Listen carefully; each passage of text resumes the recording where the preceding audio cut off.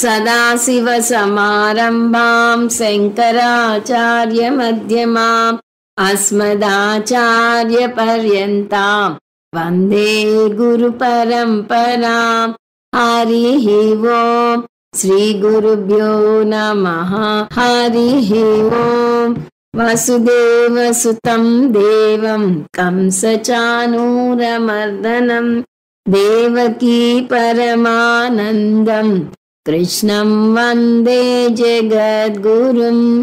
మనం భగవద్గీత 194వ క్లాస్లో ఉన్నాం. అంత ముందు క్లాస్లో 18వ అధ్యాయంలో 9వ శ్లోకం వరకు ముగించుకుని కర్మయోగం ఉపోద్ఘాతం కొంత మేరకు చూసాము. ఇప్పుడు 18వ అధ్యాయంలో 10 నుంచి 20 వరకు శ్లోకాలు చాంట్ చేస్తాను.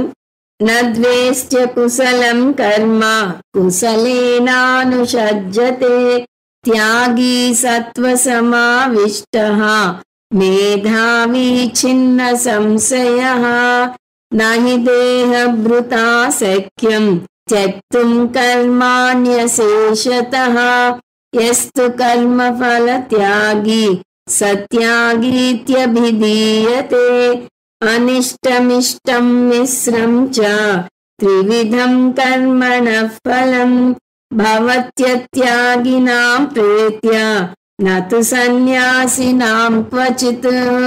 పంచైతాని మహాబాహో కారణాని నిబోధ మే సాంఖ్యే కృతాంతే ప్రోక్తాని సిద్ధయే సర్వకర్మణాం అధిష్టానం తథా కర్త కరణం చ పృథగ్విధం వివిధాశ్చ పృథక్ చేష్టా దైవం చైవాత్ర పంచమం. శరీరవాङ्మనోభిర్యత్ కర్మ ప్రారభతే నరః న్యాయం వా విపరీతం వా పంచైతే తస్య హేతవః తత్రైవం సతి కర్తారం ఆత్మానం కేవలం తు యః పశ్యత్యకృత బుద్ధిత్వాత్ న స పశ్యతి దుర్మతిః యస్య నాహంకృతో భావః బుద్ధిర్యస్య న లిప్యతే హత్వాపి స ఇమాన్ లోకాన్ నహంతి న నిబధ్యతే.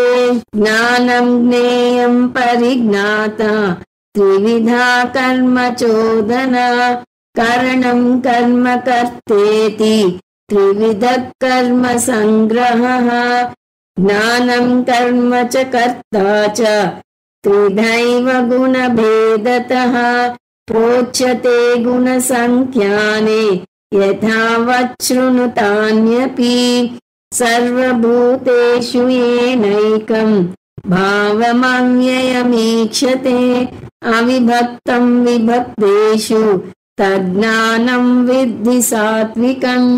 18వ అధ్యాయాన్ని ప్రధానంగా 5 అంశాలుగా విభజించవచ్చు అని చూస్తున్నాం. అవి 1 సాత్విక సన్యాస యోగం శ్లోకాలు 1 నుంచి 12 వరకు, 2 జ్ఞానయోగం శ్లోకాలు 13 నుంచి 17 వరకు, 3 6 అంశాల విశ్లేషణ శ్లోకాలు 18 నుంచి 40 వరకు, 4 కర్మయోగం జ్ఞానయోగం శ్లోకాలు 41 నుంచి 66 వరకు, 5 ఉపసంహారం శ్లోకాలు 67 నుంచి 78 వరకు. మనం ఇంకా మొదటి అంశంలో ఉన్నాము. అందులో అర్జునుడు సన్యాసానికి త్యాగానికి మధ్య ఉన్న సూక్ష్మ భేదం ఏమిటో వివరించమని కోరితే కృష్ణ పరమాత్మ 3 రకాల సన్యాసం గురించి చెప్పాడు. అది ఒక టేబుల్ కింద మనం చూడవచ్చు. ఇందులో అలా కృష్ణ పరమాత్మ చాలా అంశాల గురించి చెప్తాడు. కాబట్టి ఇది మొదటి అంశంగా తీసుకుంటే అంశం సన్యాసం. ఈ 3 సాత్విక రాజసిక తామసిక సన్యాస పరంగా చెప్పాడు. సాత్విక సన్యాసం అంటే నియత కర్మలు చేస్తూ వాటి ఫలాలను త్యజించడం, ఇది 9వ శ్లోకంలో చూసాము. రాజసిక సన్యాసం అంటే దేహాభిమానం వల్ల నియత కర్మలను త్యజించటం, ఇది 8వ శ్లోకంలో చూసాం. తామసిక సన్యాసం అంటే అజ్ఞానం వల్ల నియత కర్మలను త్యజించటం, ఇది 7వ శ్లోకంలో చూసాం.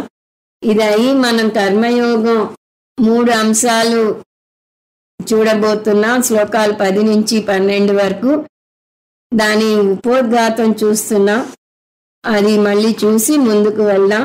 ఈ శ్లోకాల్లో కృష్ణ పరమాత్మ కర్మయోగ మహిమ గురించి చెప్పబోతున్నాడు. 2-3 అధ్యాయాల్లో నిర్వచించిన కర్మయోగానే ఇప్పుడు కొత్త పేరుతో వివరించబోతున్నాడు. దాన్ని సాత్విక సన్యాసం అన్నాడు. కర్మయోగి కొన్ని ధర్మాలు నెరవేర్చాలి. మొదటిది శారీరక ధర్మాలు. శారీరక ఆరోగ్యాన్ని కాపాడుకోవాలి. జీవించి ఉండాలంటే ఆహారం తీసుకోవాలి. నాకు తినటం ఇష్టం లేదు అనకూడదు. అది కాక రోజు స్నానం చేయాలి, వ్యాయామం చేయాలి. వీటిని సవ్యంగా నెరవేర్చబోతే అనారోగ్యం అనే శిక్షను భరించాల్సి ఉంటుంది. 2 గృహస్థ ధర్మాలు. గృహస్థుగా మన కర్తవ్యాన్ని నెరవేర్చాలి. పిల్లలకి పరీక్షలుంటే వారి వెన్నంటే ఉండి వారికి ఏర్పాట్లు చేయాలి. 3 పౌరునిగా ధర్మాలు. ఒక దేశంలో ఉన్నందుకు ఆ దేశ పౌరునిగా కొన్ని ధర్మాలు నెరవేర్చాలి. ముఖ్యమైనది ట్యాక్స్ కట్టాలి. అవి కాక మనం అనేక కర్మలు చేయాలి. చివరికి సన్యాసులు కూడా కర్మలను తప్పించుకోలేరు. దాన్ని తప్పించుకునేందుకు ఒకటే మార్గం. దీన్ని నేను పాటించి తీరాల్సిన కర్తవ్యం అనుకోవాలి. కర్మయోగం లేదా సాత్విక సన్యాసం పాటించే వ్యక్తి పూర్తిగా చిత్తశుద్ధి పొందలేదనే విషయాన్ని మర్చిపోకూడదు. అందువల్ల ఈ వ్యక్తి సాత్విక కర్మలు లేదా నియత కర్మలను మానకూడదని కృష్ణ పరమాత్మ గట్టిగా చెప్తున్నాడు. అంటే పంచమహాయజ్ఞాలు చేసి తీరాలి. సాత్విక సన్యాసం = కర్మయోగం అంటే మరి ఏది సన్యసిస్తాడు అని సందేహం రావచ్చు. ఏది సన్యసిస్తాడో ఇక్కడ కొన్ని చెప్తున్నారు స్వామీజీ. 1 ఆందోళన త్యజిస్తాడు. ఈశ్వరార్పణ భావనతో కర్మ చేసి ఈశ్వర ప్రసాద బుద్ధితో ఫలాన్ని స్వీకరిస్తాడు. కాబట్టి ఏ ఫలం వస్తుందో, భవిష్యత్తులో ఏమవుతుందో అనే ఆందోళన త్యజిస్తాడు. నిజానికి ఆందోళనను త్యజించిన వ్యక్తిని కర్మయోగి అంటారు. అతను తన బాధ్యతలను సక్రమంగా చేస్తాడు, కానీ ఫలం ఎలా వస్తుందో అని బెంబేలు పడడు. పిల్లలకు మంచి బాట వేయగలడే కానీ తాను వారి భవిష్యత్తును నిర్దేశించలేదని తెలుసు అతనికి. 2 బంధాన్ని త్యజిస్తాడు. కర్మయోగి అంత శ్రద్ధగా దైవ కార్యాలు చేస్తున్నా కూడా వాటి మీద బంధం పెంచుకోడు. చేసేటప్పుడు శ్రద్ధగానే చేస్తాడని చూసాం, అయినా బంధం పెంచుకోడు. ఎందుకంటే అతను ఈ కర్మలను మార్గంగా తీసుకోవాలి కానీ లక్ష్యంగా కాదని తెలుసుకుంటాడు. కర్మను మార్గంగా తీసుకుంటే కర్మ ద్వారా చిత్తశుద్ధి పొంది జ్ఞానయోగ్యత ప్రాప్తి కలగాలి అని తెలుసుకుంటాడు. దీన్నే యాక్సెప్ట్ అండ్ అకామిడేట్ అంటారు. ఇంతవరకు ముందు క్లాస్లో చూసాం. కర్మయోగి ప్రత్యేకత 3వ అంశం సాత్విక అంతఃకరణ ఉంటుంది. కర్మయోగి తను చేయాల్సిన కర్మలను చిరునవ్వుతో స్వీకరిస్తాడు. ఎప్పుడూ సనగడు. ఎందుకు చేయాలి భగవంతుడా అనుకోడు. పిల్లలను స్కూల్లో చేర్చడానికి గంటల కొద్దీ క్యూలో నిల్చోవాల్సి వచ్చినా సంతోషంగా నిలుచుంటాడు. వారిని అమెరికా పంపాలంటే దానికి కావాల్సిన ఏర్పాట్లన్నీ కూడా చక్కగా చేస్తాడు.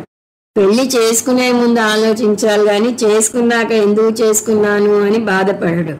గృహస్థాశ్రమంలో వచ్చే కష్ట సుఖాలను చిరునవ్వుతో స్వీకరిస్తాడు. ఆ మాటకొస్తే ఏ ఆశ్రమంలో ఉండే కష్ట సుఖాలు ఆ ఆశ్రమంలో ఉంటాయి.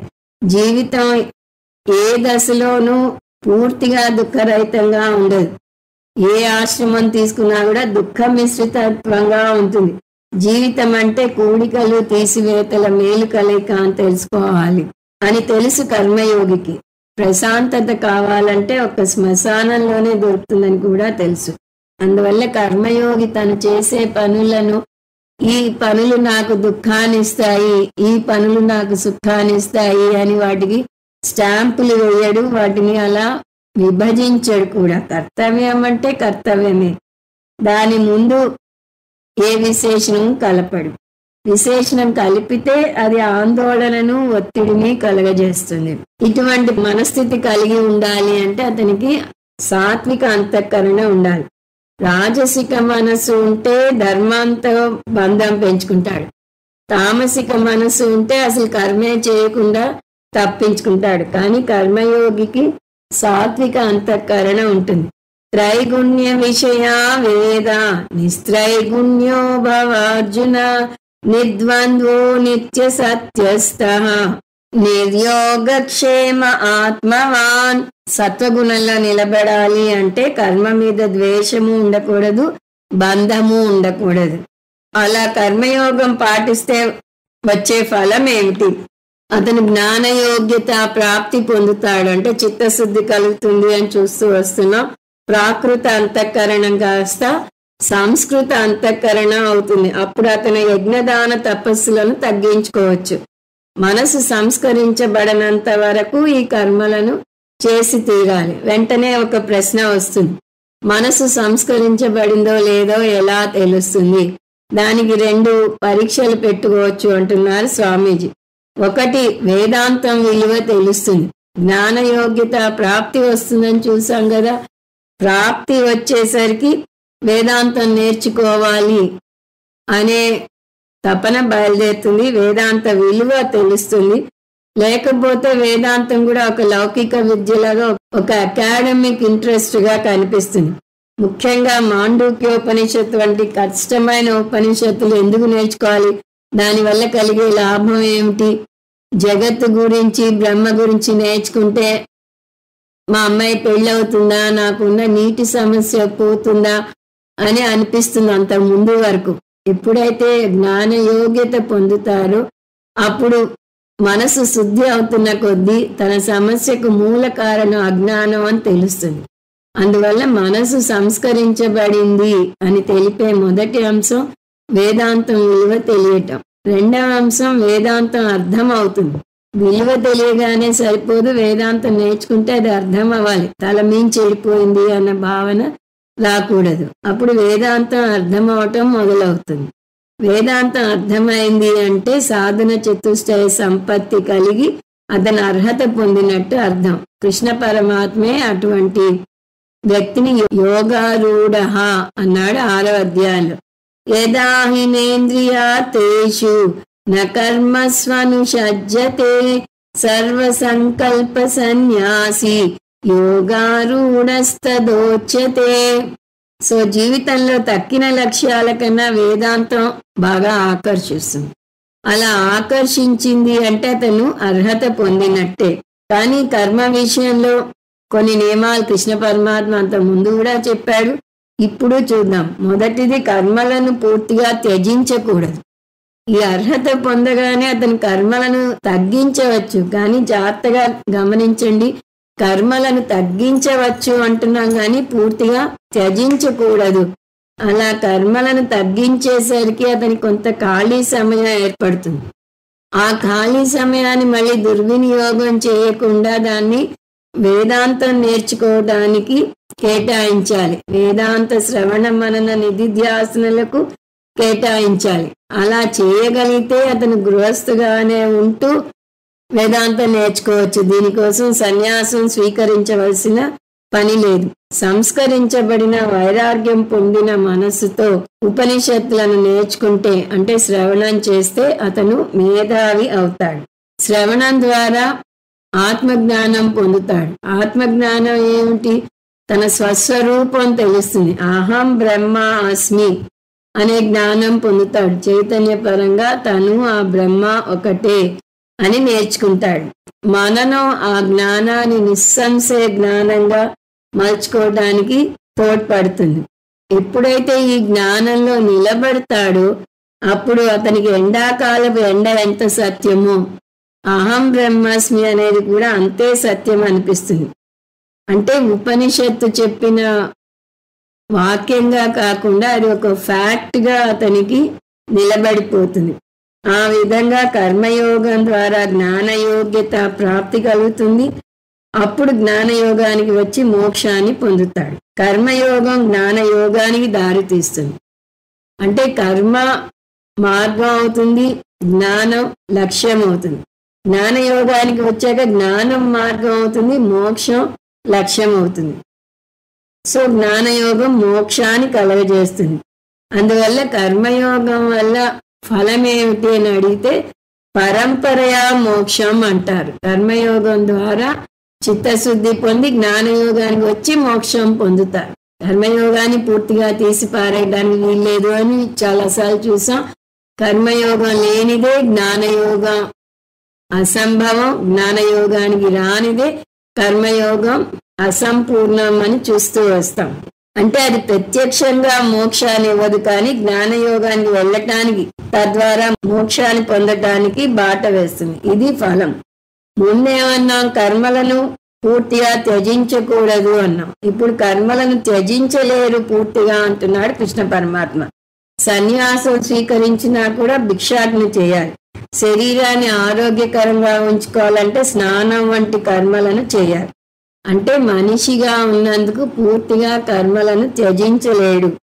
అది ఒక్క సందర్భంలోనే సాధ్యమవుతుంది. ఎప్పుడది? మరణంలోనే. ఒక శరీరం కర్మల నుంచి విముక్తి పొందితే ఆఖరికి శ్వాస పీల్చుకునే కర్మ నుంచి కూడా విముక్తి పొందితే అతనితో బంధం ఉన్న వారి కర్మ రెట్టింపు అవుతుంది. వారు అతనికి అంత్యేష్టి కర్మ చేయాలి. అతని శరీరానికి దహన సంస్కారాలు చేయాలి. మన కర్మలు మనం చేసుకోగలిగినప్పుడు మనమే చేస్తాం. ఆఖరి శ్వాస విడిచాక మనకు మనవారు కర్మలు చేయాల్సి ఉంటుంది. అందువల్ల చేసే కర్మలను మార్చగలమేమో కానీ, కొన్ని కర్మలను తగ్గించుకోగలమేమో కానీ కర్మలను పూర్తిగా త్యజించలేము. చిన్మయానంద స్వామీజీ సిద్ధాంతాన్ని బాగా అద్భుతంగా వివరిస్తారు. మనం జీవించి ఉన్నంత కాలం జీవితంలో ప్రతి క్షణము మన చుట్టూ ఉన్న పరిసరాల నుంచి, జీవుల నుంచి, తోటి మనుషుల నుంచి ఎంతో ప్రయోజనం పొందుతున్నాం. వాయువు నుంచి ఆక్సిజన్ గ్రహిస్తున్నాం, అది శ్వాసక్రియకు తోడ్పడుతుంది. భూదేవి నుంచి అన్నం గ్రహిస్తున్నాం, జలం నుంచి నీరు రోజు తీసుకుంటున్నాం. అంతేనా? మన కంచంలోకి అన్నం కూరలు వచ్చాయి అంటే వాటి వెనుక ఎందరిదో సమష్టి కృషి ఉంది. మనం మంచి దుస్తులు వేసుకోగలుగుతున్నామంటే దాని వెనుక ఎందరిదో సమష్టి కృషి ఉంది. మనుషులే కాదు, జంతువులు, చెట్లు, చేమలు కూడా మన జీవితం ఆనందమయంగా సాగడానికి తోడ్పడుతున్నాయి.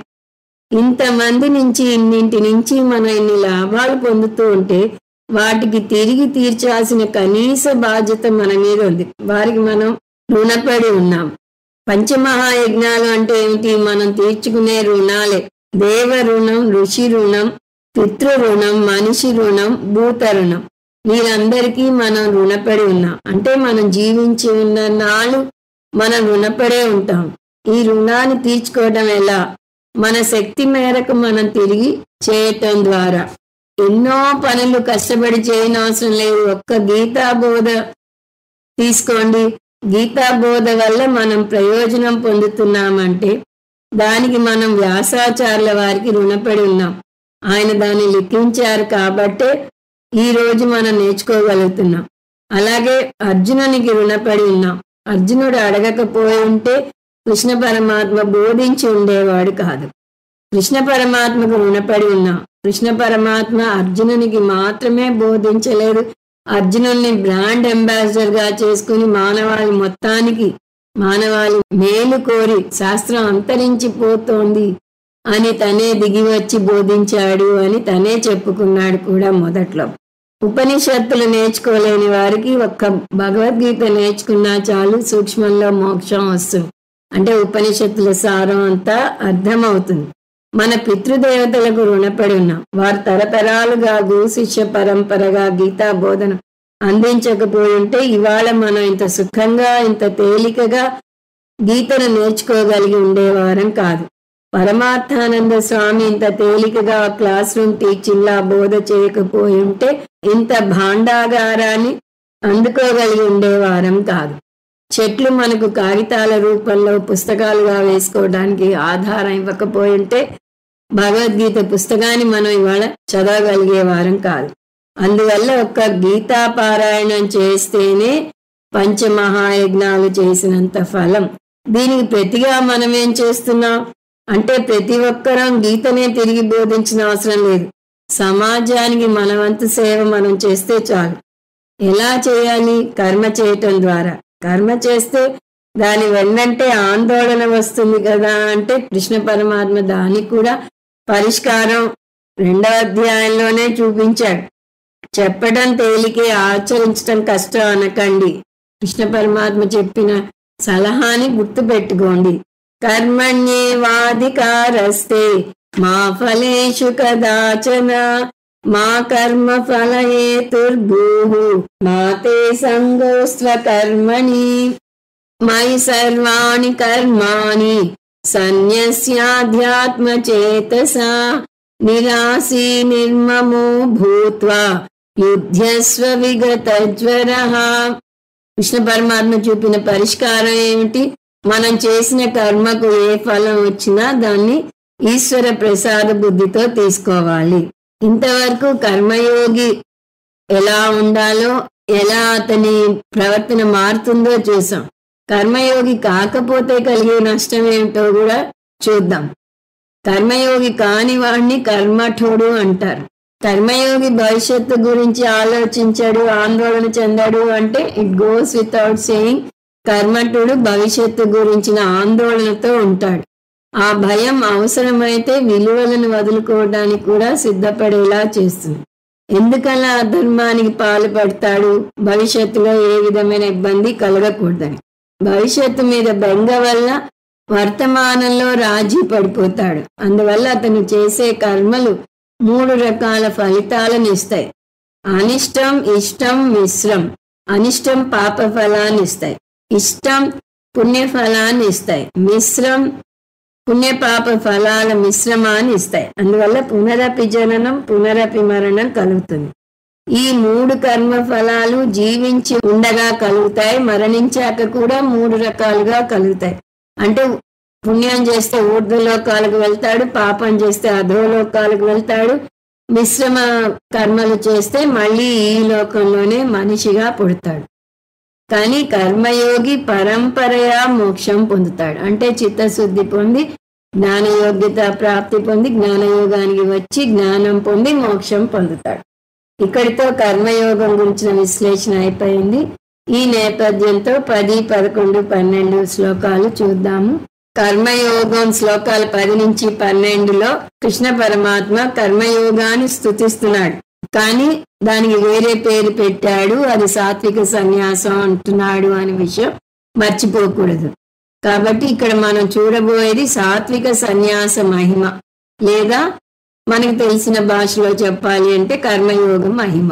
మనం విశ్లేషణలో 3 అంశాలను చూసాం, అవి గుర్తు తెచ్చుకుంటే కర్మయోగి పూర్తిగా కర్మలను త్యజించకూడదు, కర్మయోగి కర్మలను త్యజించలేడు, కర్మయోగి కాకపోతే కలిగే నష్టం చూసాము. వీటిలో మొదటి అంశాన్ని 10వ శ్లోకంలో, 2వ అంశాన్ని 11వ శ్లోకంలో, 3వ అంశాన్ని 12వ శ్లోకంలో చూస్తాం. అంటే ఇప్పుడు మొట్టమొదటి అంశం ఏమిటి? కర్మయోగి కర్మలను త్యజించకూడదు. కర్మయోగికి తన ధర్మాలను తను నిర్వర్తించాలని తెలుసు. మనిషిగా పుట్టినందుకు మనకి కొన్ని కర్తవ్యాలు ఉంటాయని అవి కూడా చూసాం. ఏమిటవి? శారీరక ధర్మాలు, కుటుంబ పరంగా ధర్మాలు, దేశపరంగా ధర్మాలు, ఇవన్నీ చేసి తీరాలి అని చూసాం. ముందు తనను తను రక్షించుకోవాలి, అంటే శరీరాన్ని సరిగా పోషణ చేయాలి, కుటుంబ బాధ్యతలను సక్రమంగా నిర్వర్తించాలి, ఉద్యోగ ధర్మాన్ని నెరవేర్చాలి, సమాజానికి మన వంతు సేవ చేయాలి. ఇవన్నీ మన కర్తవ్యాలు. కర్మయోగి వీటిని ఎలా చేస్తాడో ఈ శ్లోకంలో చూస్తాం. అకుశలం కర్మ న ద్వేష్టి. కర్మయోగి తను చేయాల్సిన ఏ కర్మను కూడా ద్వేషించడు. అకుశలం అంటే తనకి ఇష్టం లేని కర్మ. ఇష్టం లేని కర్మ చేయాల్సి వచ్చినా దాన్ని ద్వేషించడు. అంటే ఏ పని చేస్తున్నా దాని గురించిన ఫిర్యాదు చేయడు, బాహ్యంగా ఫిర్యాదు చేయడు, మనసులో కూడా తిట్టుకోడు. కొంతమంది పైకి మంచివారుగా నటించిన మనసులో చాలా చెడు ఆలోచనలు ఉంటాయి, కానీ కర్మయోగి మనసులో కూడా తిట్టుకోడు. ఎందుకంటే అలా తిట్టుకుంటే అది ఆందోళనకి, ఒత్తిడికి దారి తీస్తుందని అతనికి తెలుసు. అలా ఆందోళనకు గురి అయితే పాడయ్యేది అతని ఆరోగ్యమే. అందువల్ల కర్మయోగి ఏం చేసినా ఈశ్వరార్పణ బుద్ధితో కర్మ చేస్తాడు. చాలా మంది మంచి జీతం వస్తుందని ఒక ఉద్యోగంలో చేరుతారు, కానీ చేరినప్పటి నుంచి వారికి అక్కడ జీతం తప్ప వేరేది నచ్చదు, పని నచ్చదు, బాస్ నచ్చడు, స్ట్రెయిన్ ఎక్కువ ఉంటుంది. అందువల్ల రోజు తిట్టుకుంటూ సణుకుంటూ చేస్తారు ఆ పని. ఆఫీసుకు కూడా నిరాసక్తితో వెళ్తారు. కర్మయోగి అలా చేయడు. ఏ పని చేస్తున్నా కూడా ఒక అంకిత భావనతో చేస్తాడు. ఎందువల్లనంటే ఈశ్వరునికి అర్పిస్తాడు అతని కర్మను కాబట్టి.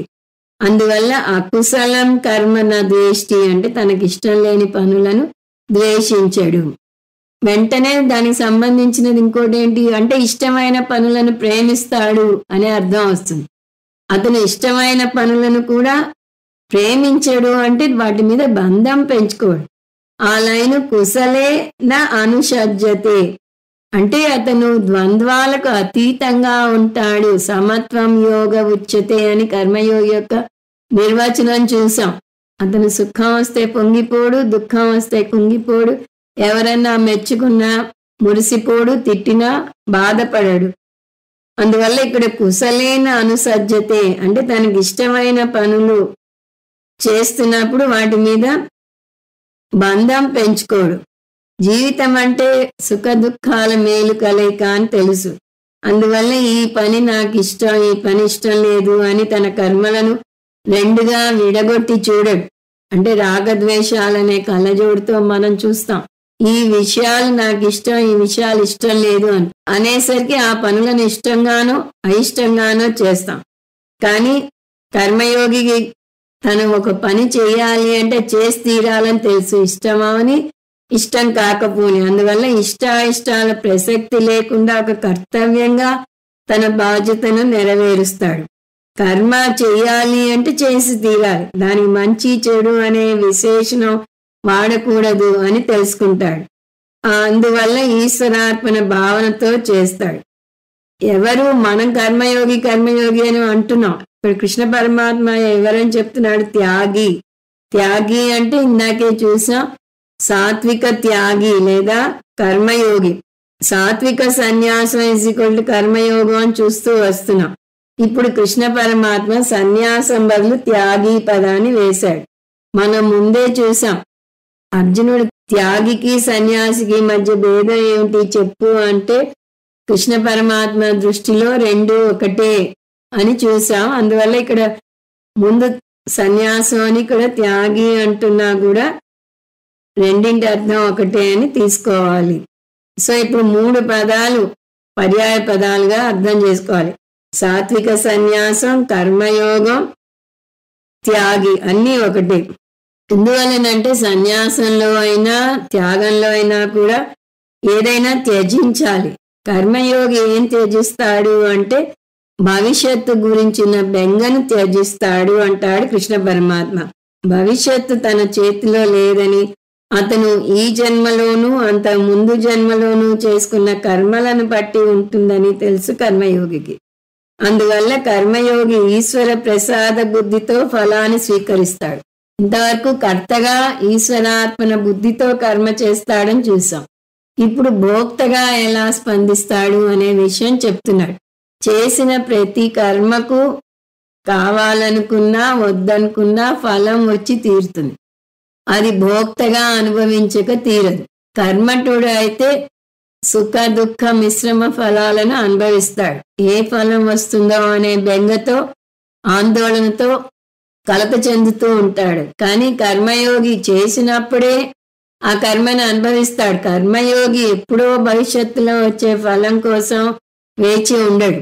ఆ చేస్తున్న కర్మలోనే రమిస్తాడు. అందువల్ల అతనికి ఫలం గురించిన ఆందోళన ఉండదు, భయము ఉండదు. ఏదొచ్చినా భగవంతుడు ఇచ్చిన ప్రసాదంగా తీసుకుంటాడు. అంటే ఈశ్వర ప్రసాద బుద్ధితో ఆ ఫలాన్ని స్వీకరిస్తాడు. అందువల్ల భోక్తగా కూడా అతను ఎటువంటి ఆందోళన చెందడు. దీన్ని సంగం త్యక్త్వా అని 9వ శ్లోకంలో చూసాం.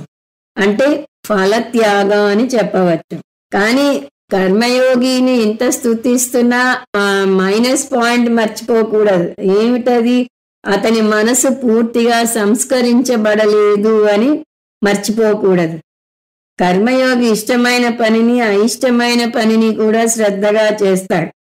నిజానికి అతను ఆ పేర్లే పెట్టుకోడు. అతను పని చేస్తాడంటే ఇది నాకు ఇష్టం, ఇది నాకు ఇష్టం లేదు అనే ఆలోచనే లేదు.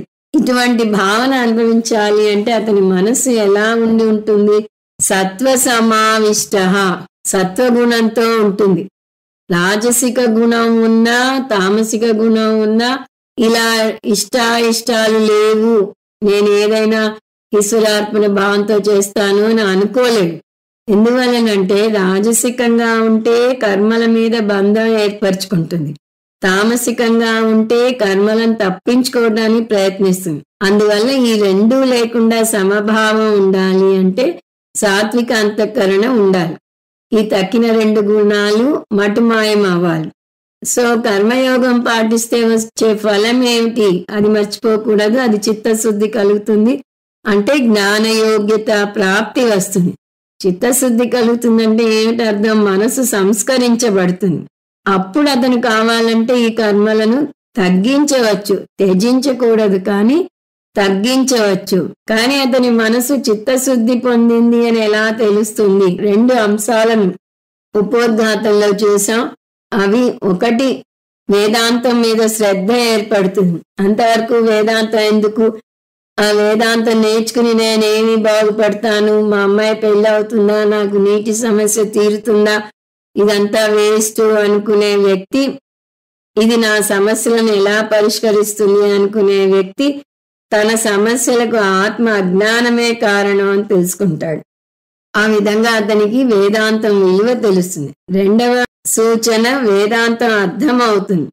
అంతకుముందు వేదాంతం అంటే అర్థం కాని కురుకుడు పడని విషయం అనుకుంటాడు. అమ్మో అది నాకెక్కడ అర్థం అవుతుంది, తలమించి వెళ్ళిపోతుంది అనుకుంటాడు. మనలో ఒక నానుడు ఉంది, ఇదేమైనా బ్రహ్మ విద్య. ఎవరైనా బాబోయ్ ఇది నేను చేయలేను అంటే ఇదేమైనా బ్రహ్మ విద్య నేర్చుకోవటం అనుకున్నావా, చాలా తేలిక, చెయ్యి అని అంటారు వారు. మనలో ఆత్మజ్ఞానం పొందటం లేదా బ్రహ్మజ్ఞానం పొందటం చాలా కష్టం అనే అభిప్రాయాన్ని నూరిపోశారు చిన్నప్పటి నుంచి. కానీ సంసిద్ధమైన మనసు ఉంటే, చిత్తశుద్ధి పొంది జ్ఞానయోగ్యత ప్రాప్తి కలిగితే అదేం కష్టమైన పని కాదు.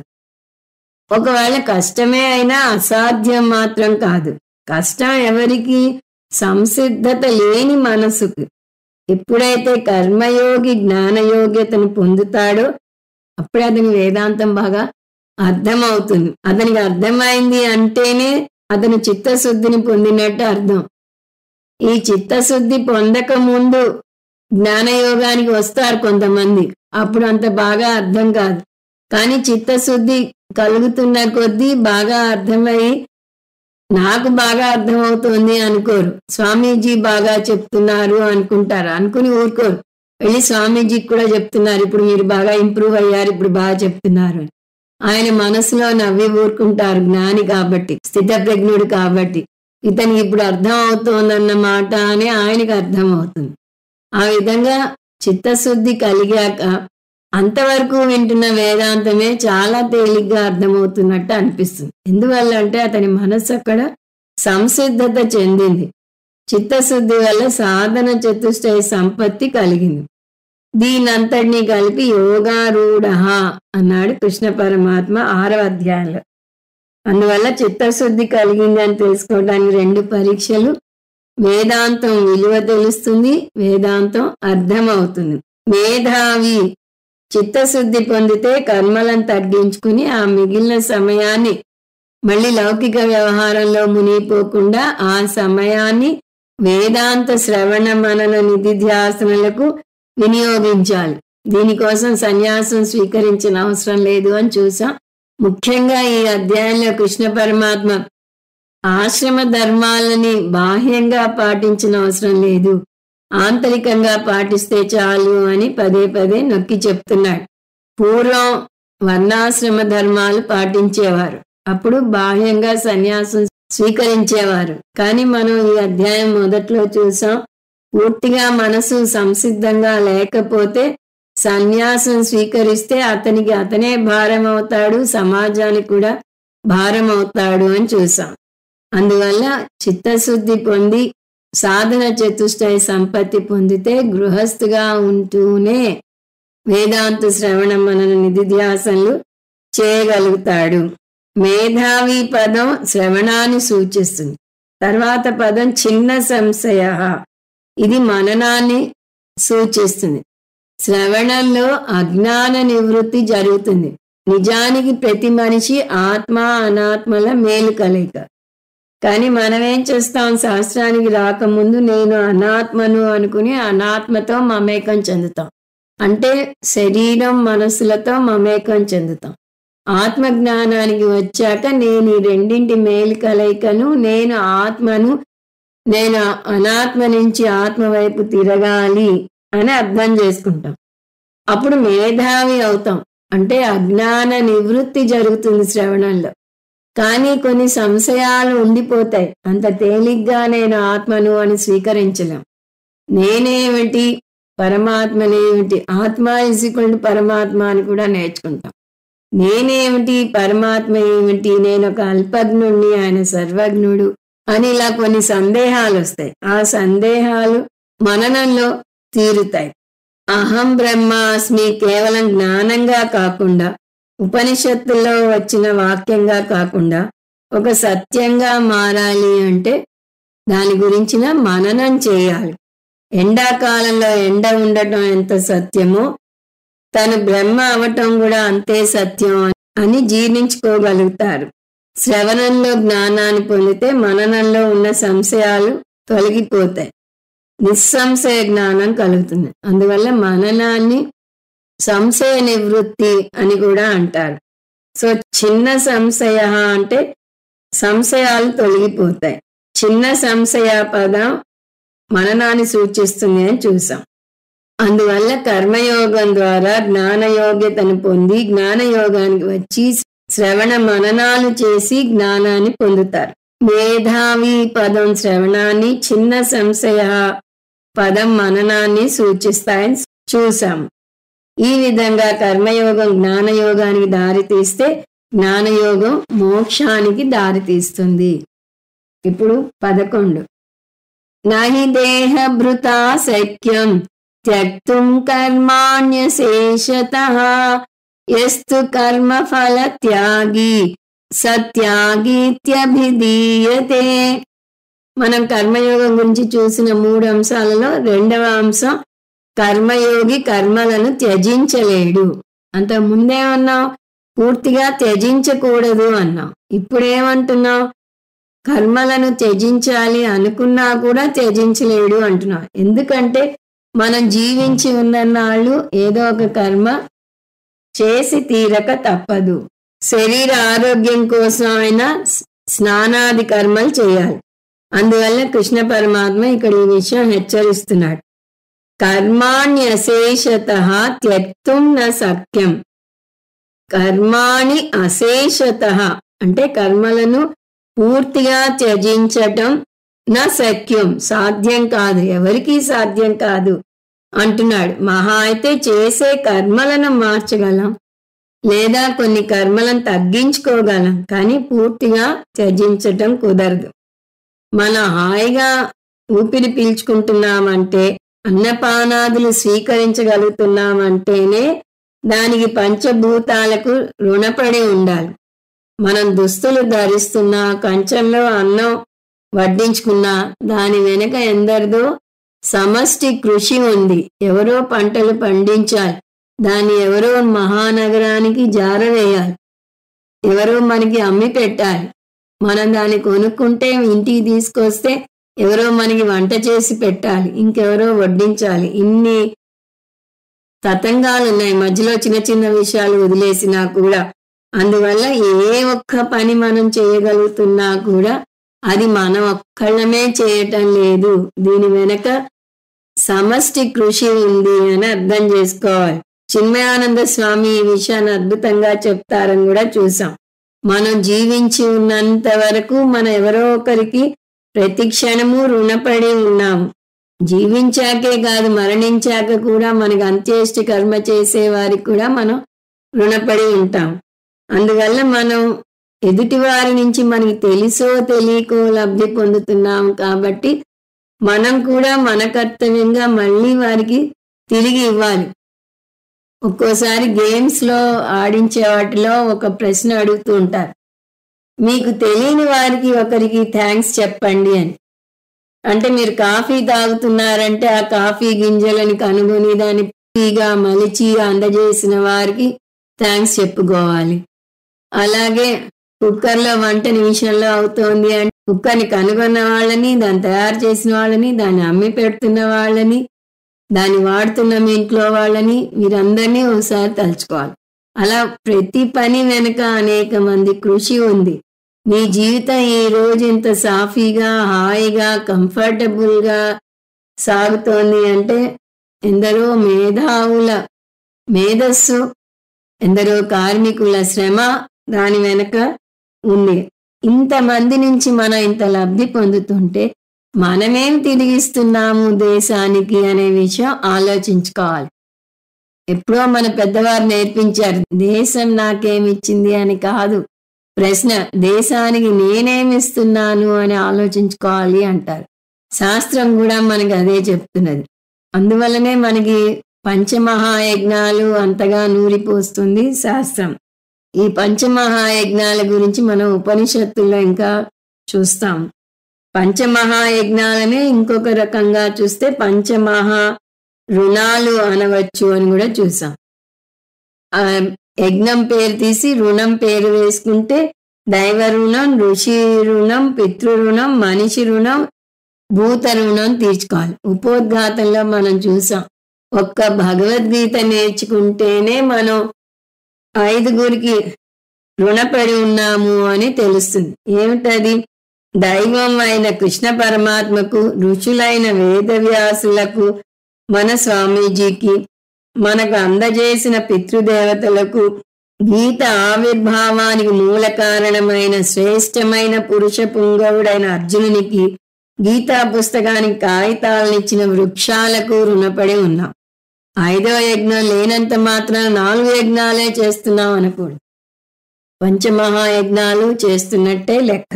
ఒక కర్మలోనే ఎంతమందికి రుణపడి ఉన్నామో చూడండి. అలాంటి ఎన్నో ఫలాలను మనం అనుభవిస్తున్నామంటే ఇంకెంతమందికి రుణపడి ఉంటామో ఒకసారి ఆలోచించండి. అందువల్ల నేను సైతం అన్నట్టుగా మన వంతు సహాయం మనం తిరిగి చెయ్యాలి. అందువల్లనే కర్మను పూర్తిగా త్యజించడం అసాధ్యం అంటున్నాడు కృష్ణ పరమాత్మ.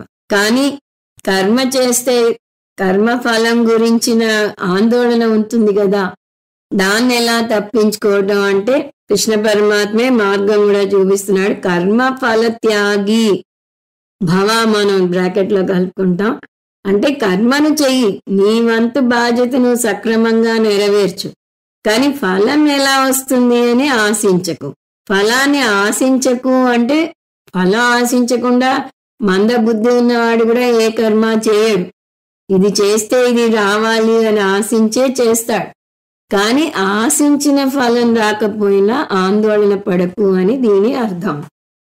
ఆందోళన పడకు అని చెప్పడం తేలికే, కానీ పడకుండా ఉండటం ఎలా అంటే దీనికి కూడా కృష్ణ పరమాత్మ 2వ అధ్యాయంలో, 3వ అధ్యాయంలో, 9వ అధ్యాయంలో పరిష్కారాన్ని చూపిస్తూనే వస్తున్నాడు. అనన్యా చింతయంతో మాం ఏ జనా పర్యుపాసతే తేషాం నిత్యాభియుక్తానాం యోగక్షేమం వహామ్యహం. సో ఆందోళన పడకుండా ఉండాలి అంటే ఏం చేయాలి? నా మీద అనన్యమైన భక్తి పెట్టుకుని మీ కర్మను చేయండి, మీ యోగక్షేమాలు నేనే చూసుకుంటాను అని కృష్ణ పరమాత్మే హామీ ఇచ్చాడు. అలా భగవద్గీతలో వెతికితే కృష్ణ పరమాత్మ ఇచ్చిన హామీ పత్రాలు ఎన్నో ఉన్నాయి. అందులో ఇది ముఖ్యమైన హామీ. ఏ ఫలం వచ్చినా ఈశ్వర ప్రసాదంగా స్వీకరించాలి. భగవంతుడు ఏం చేసినా నా మేలు కోరి చేస్తాడు, నా యోగక్షేమాలు తానే చూసుకుంటా అన్నాడు అని అనుకోగలగాలి. లౌకికంగా విజయం రాకపోవచ్చు, జీవితంలో ఏదైనా నష్టపోవచ్చు, కానీ కర్మయోగం పాటిస్తే అది ఆంతర ఎదుగుదలకు తోడ్పడుతుంది. అత్యంత క్లిష్టమైన పరిస్థితి కూడా ఆంతర ఎదుగుదలకు తోడ్పడుతుంది. అందువల్ల భవిష్యత్తు మీద బెంగ ఉండకూడదు అని మీరు నిశ్చయించుకుంటే ఈశ్వర ప్రసాద బుద్ధి కలిగి ఉండటమే దానికి మార్గం. ఎస్తు కర్మ ఫల త్యాగి. సో ఎవరైతే కర్మఫలం గురించిన ఆందోళనను త్యజిస్తారో సత్యాగి, అతనే సాత్విక త్యాగి, అంటే అతనే సాత్విక సన్యాసి, అతనే కర్మయోగి. ఇప్పుడు 12 అనిష్టమిష్టం మిశ్రం చ త్రివిధం కర్మణ ఫలం భవత్యత్యాగినాం ప్రేత్య నతు సన్యాసినాం క్వచిత్. ఇక్కడ కర్మయోగం గురించి చూసిన మూడో అంశం చూడబోతున్నాం. ఏమిటది? కర్మయోగి కాకపోతే కలిగే నష్టం ఏమిటి? ఒకవేళ కర్మయోగి కాకపోతే కలిగే నష్టం ఏమిటి? కర్మయోగి కాని వ్యక్తిని కర్మఠుడు అంటారు. సో కేవల కర్మఠుడికి కర్మయోగికి మధ్య భేదాన్ని ఈ శ్లోకంలో చూస్తాం మనం. కర్మఠుడు అంటే అతను సకామ కర్మలు చేస్తాడు, ఏవో కోరికలు కోరి చేస్తాడు. అన్ని వేళలా ఆ కోరిక తీరకపోవచ్చు. ఆ కోరిక తీరకపోయేసరికి చివరికి భగవంతుడిని నిందించడానికి కూడా వెనుకాడడు. ఎందువల్లనంటే అతను కోరినవి భగవంతుడు తీర్చలేదు కాబట్టి. అదే కర్మయోగి అయితే అతను నిష్కామ కర్మలు చేస్తాడు, ఏ కోరిక కోరడు, ఏ ఫలం వచ్చినా ఆందోళన పడడు. కానీ కర్మఠుడికి అలా కాదు. భవిష్యత్తు మీద బెంగ ఉంటుంది, ముందేమవుతుందో అనే ఆందోళన ఉంటుంది.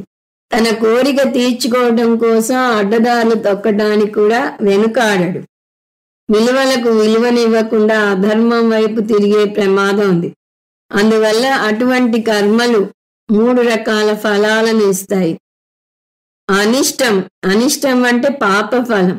ఎందుకంటే అతను అధర్మానికి లొంగిపోవటమే కాక కలియుగంలో మంచికి చోటు లేదు, మంచిగా ఉన్న వాళ్ళ అవస్థలు చూడండి, అతను దుర్మార్గానికి దుస్తులు తొడిగినట్టున్నాడు, అతను ఎంత షైన్ అవుతున్నాడో చూడండి అని ఎదురు తన వాదనను సమర్థించుకోవడానికి చూస్తారు. అంటే తన అక్రమాలను సమర్థించుకుంటాడు. ఇష్టం అంటే పుణ్యఫలం. మిశ్రం అంటే పుణ్యపాపాల మిశ్రమ ఫలం. కొన్ని కర్మలకు పుణ్యం పాపం 2 వస్తుంటాయి. ఈ 3 ఫలాలకు తగ్గట్టుగానే అతని పునర్జన్మ కూడా ఉంటుంది.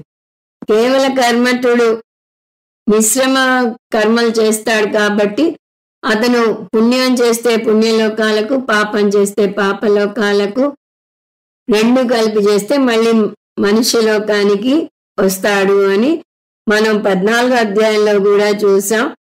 ఊర్ధ్వం గచ్చంతి సత్వస్థా మధ్యే తిష్టంతి రాజసాః జఘన్య గుణ వృత్తిస్థా అధో గచ్చంతి తామసాః.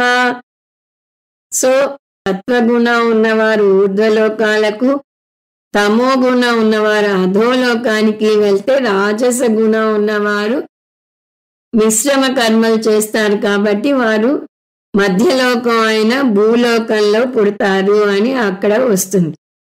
త్రివిధం కర్మణః ఫలం. ఇవి 3 రకాల సంసారం, 3 రకాల ఫలం వస్తాయి అతనికి. అతనికి అంటే ఎవరికి? అత్యాగినాం భవతి.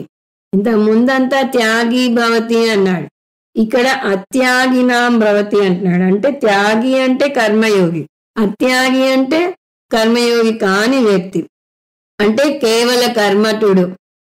కేవల పదం ఎందుకు వాడుతున్నాము అంటే అతను కర్మయోగి కాడు అనే ఉద్దేశంతో. ఇతనికి 3 ఫలాలు వస్తాయి, అంటే 3 రకాల పునర్జన్మలు ఉంటాయి. ఎప్పుడుంటాయి? పునర్జన్మ అంటేనే గోస్ వితౌట్ సేయింగ్ మరణించాక. అందువల్ల ప్రేత్య అంటే మరణించాక. జీవించి ఉండగా ఈ లోకంలోనే మిశ్రమ ఫలం పొందుతాడు.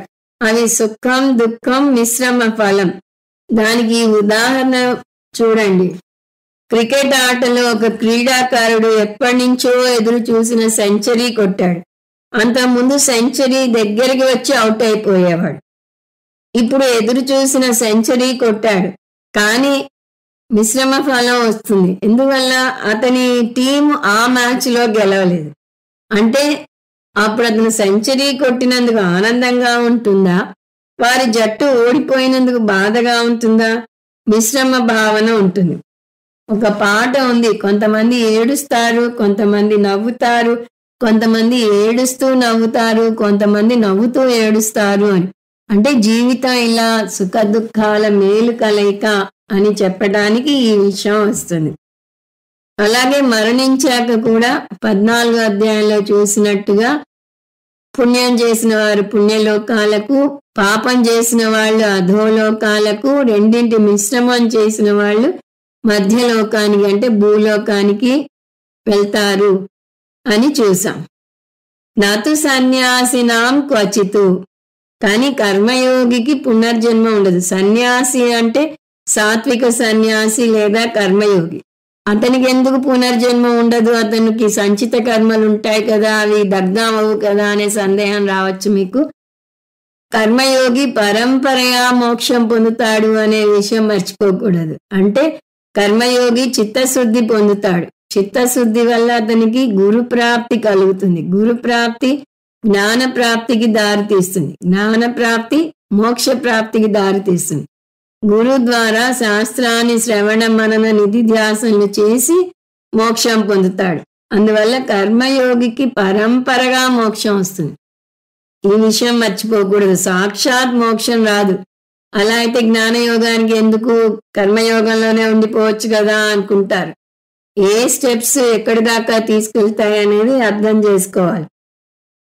చిత్తశుద్ధి, గురువు, జ్ఞానం అనే దశలు దాటితేనే మోక్షం వస్తుంది. ఈ విధంగా ఈ 12వ శ్లోకంలో కృష్ణ పరమాత్మ అర్జునుని ప్రశ్నకు సందేహం తీర్చాడు. అర్జునుని ప్రశ్న ఏమిటి? సన్యాసికి త్యాగికి మధ్య ఉన్న సూక్ష్మ భేదం చెప్పు అన్నాడు. సన్యాసి, త్యాగి, కర్మయోగి అన్నీ ఒకటే అంటున్నాడు కృష్ణ పరమాత్మ. సన్యాసం స్వీకరించటం అంటే ఆశ్రమ ధర్మం స్వీకరించటం కాదు. అంటే కాషాయ వస్త్రాలు ధరించి బాహ్యంగా అన్నీ వదులుకోవటం కాదు. ఆంతర సన్యాసం అని చెప్పాడు. ఎందువల్లనంటే అర్జునుడు సన్యాసం స్వీకరించడానికి సిద్ధంగా లేడు. అతని మనసు పూర్తిగా పరిపక్వత చెందలేదు. ఇది తాత్కాలిక వైరాగ్యం వల్ల కలిగిన సన్యాస భావన. ఆ వైరాగ్యం పోగానే ఈ సన్యాస భావన పోతుంది. అప్పుడు అతను చాలా అవస్థ పడతాడు. అందువల్ల కృష్ణ పరమాత్మ సన్యాసం అంటే బాహ్యంగా సన్యాసం స్వీకరించడం అని చెప్పడం లేదు. అది అసలు సాంప్రదాయ అర్థం. కానీ కృష్ణ పరమాత్మ ఏమని చెప్తున్నాడు? సన్యాసం అంటే కర్మయోగం అని తేల్చేశాడు. అంటే ఆంతర సన్యాసం అన్నాడు. దానివల్ల అర్జునుడు ఏం చేయాలి? కింద విడిచిన గాంధీవాన్ని తీసుకుని యుద్ధం చేయాలి. నిజానికి ఈ శ్లోకంతో ఈ అధ్యాయంలోని మొదటి అంశం అయిపోయింది. అది సాత్విక సన్యాస యోగం. దీన్నే కర్మయోగం అంటారని, త్యాగం అంటారని కూడా చూసాం. ఇప్పటిదాకా కర్మయోగం అయింది. ఇంతవరకు చూసిన దాని సారాంశం చూస్తే కర్మయోగి పూర్తిగా కర్మలను త్యజించకూడదు, త్యజించలేడు. కానీ కర్మయోగి కాకుండా కర్మఠుడుగా ఉంటే అతను పునరపి జననం పునరపి మరణం అనే వృత్తంలో పడి తిరగక తప్పదు. 12 నుంచి 17 శ్లోకాల్లో జ్ఞానయోగం చూస్తాం. దానికి కూడా మనం ముందు విశ్లేషణ చూస్తాం. కర్మయోగాన్ని సాత్విక సన్యాసం అన్నాడు కృష్ణ పరమాత్మ అని చూసాం. సాధకుడు కర్మయోగాన్ని పాటిస్తే అతనికి చిత్తశుద్ధి కలిగి జ్ఞానయోగ్యత వస్తుంది. ఆ విధంగా కర్మయోగం మార్గం, జ్ఞానయోగం లక్ష్యం అవుతుంది. అందువల్ల కర్మయోగం నుంచి జ్ఞానయోగానికి వచ్చి మోక్షం పొందాలి. ఈ విధంగా ఆధ్యాత్మిక పయనం 2 దశల్లో సాగుతుంది. అది మొదటి దశ కర్మయోగం. జ్ఞానయోగానికి అది సంసిద్ధులను చేస్తుంది. తర్వాత జ్ఞానయోగానికి వచ్చి మోక్షం పొందాలి. ఇప్పుడు శ్లోకాలు 13 నుంచి 17లో జ్ఞానయోగం గురించి చూస్తాం. ఇది ఆధ్యాత్మిక సాధనలో చివరి దశ. కాకపోతే ఇక్కడ మనం చూడబోయేది జ్ఞానయోగం యొక్క సంక్షిప్త వర్ణన అనేది మర్చిపోకూడదు. నిజానికి మొత్తం 18వ అధ్యాయమే ఇంతవరకు గీతలో వచ్చిన అంశాలన్నింటికీ ఉపసంహారం కింద వస్తోంది అని చూస్తున్నాం. ఆ వివరాలు వచ్చే క్లాస్లో చూద్దాం. ఓం తత్సత్. సర్వం శ్రీకృష్ణార్పణమస్తు. ఓం పూర్ణమద పూర్ణమిదం పూర్ణాత్ పూర్ణముదచ్యతే పూర్ణస్య పూర్ణమాదాయ పూర్ణమేవావశిష్యతే. ఓం శాంతి శాంతి శాంతి. హరి ఓం. శ్రీ గురుభ్యో నమః. హరి ఓం.